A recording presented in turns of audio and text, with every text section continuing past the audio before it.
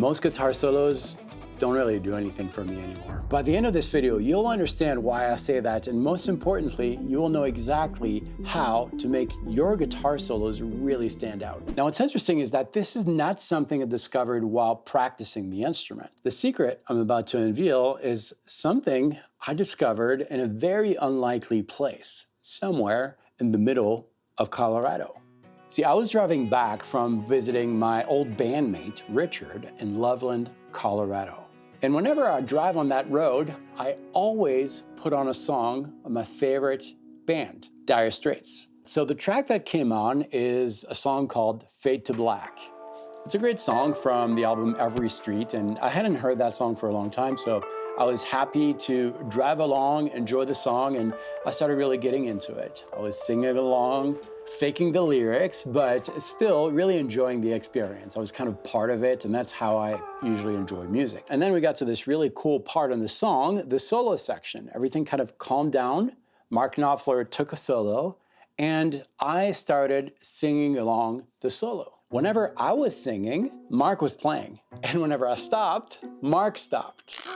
And one of the reasons I love Dire Straits so much is that it's one of those bands that, in my opinion, stood the test of time. And there's a few bands like that I think fit that category. I'm thinking of Dire Straits, Queen, Toto, and all those bands that I mentioned. Whenever I hear them, I kind of sing along. And one of the reasons I was able to do that with this solo from Fade to Black is that Mark Knopfler was playing sentences, musical ideas that I was able to sing in a single breath. Now there's more to it, but that was the first thing I discovered on that drive.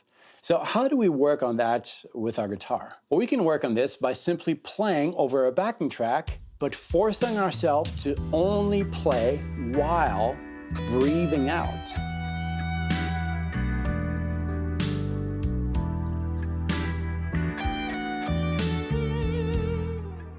Now, that's not the only thing we need to have a perfect solo, but it's a really good start to getting us on the right track. Now, here's the thing with those breathtaking moments.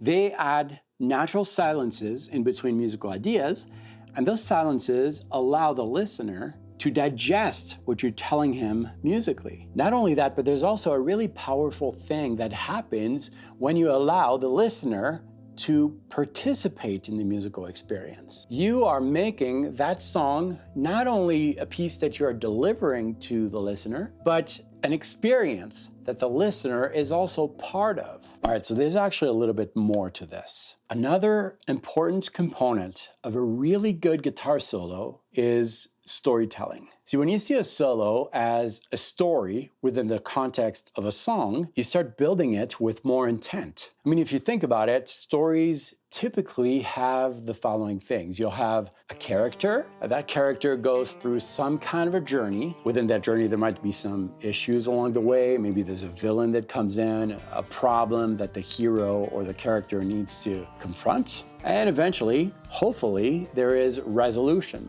The hero gets back home, the hero saves the princess, whatever it is, happy ending. Applying all those components in a guitar solo allows you to create something really memorable. All right, so let's give this a shot. We've got a character. We're gonna build a simple character, maybe this simple musical idea, and we'll use this simple, short musical statement throughout the solo as something that the listener can anchor on and attach himself to.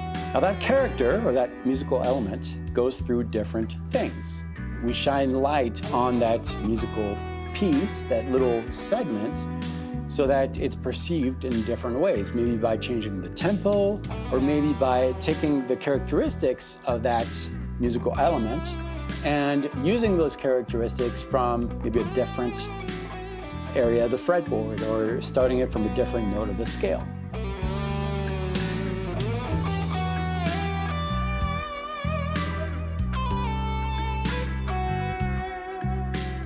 And then maybe something happens to that character or that musical element, and that's where we can add some tension, maybe some external notes that are not necessarily part of the scale. Think chromatic or a little bit of outside playing.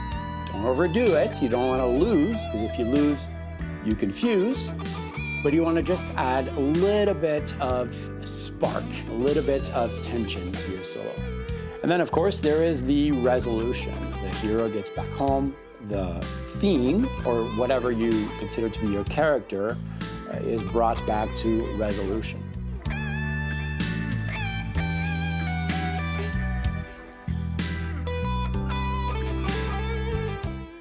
Now, I don't want you to think that this is an absolute formula, right? Music is something to be experienced. Music is the language of your story, so be creative with this. But that's just an example of how you can use elements of story while you're building your solo. Okay, so breathing and thinking in terms of stories. And there's a little bit more, and this has to do with range. See, every solo that I can think of that really made an impact on me can be sung. Not only that, but those solos can be sung by an average singer. And what I mean by that is that the pitches in those memorable solos can be reached without having much training. They're not too high, they're not too low. They're very much in that center zone of your speaking voice. So this roughly corresponds to these notes on the fretboard. Now, don't get me wrong, I'm not saying that you should not play anything that is above or lower than this range. But I think if you trust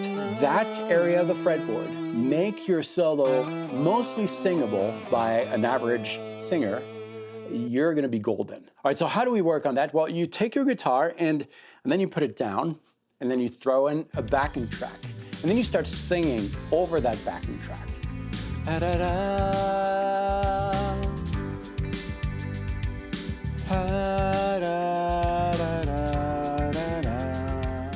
I promise that eventually you'll come up with something cool, something simple most likely, which is good. And once you have one of these simple ideas, that's where you grab your instrument and you try to replicate what you sang. La, la, da, da, la, da, da, ba, da, ba. Most likely, if you are an average singer, what you sang is going to be within that range that we just talked about. Okay, so once you discovered something cool by singing, and once you discovered how to play it on the fretboard, figured out those notes, don't stop there. We're going to make it a little bit more interesting. That's where you need to kind of experiment with the different techniques that you have, bends, vibratos, slides, anything we can to make this a little bit more guitar-like, a little bit more fluent on the instrument.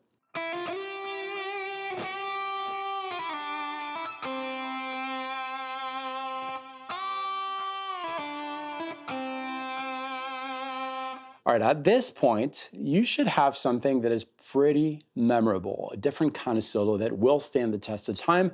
But there is one more thing, and unfortunately, it's not something that is often talked about. It's unfortunate because it makes a very big difference. Now, I made a whole video on that subject right here. Check this out, because if you combine this to what we just talked about, magic happens. I'll meet you right there.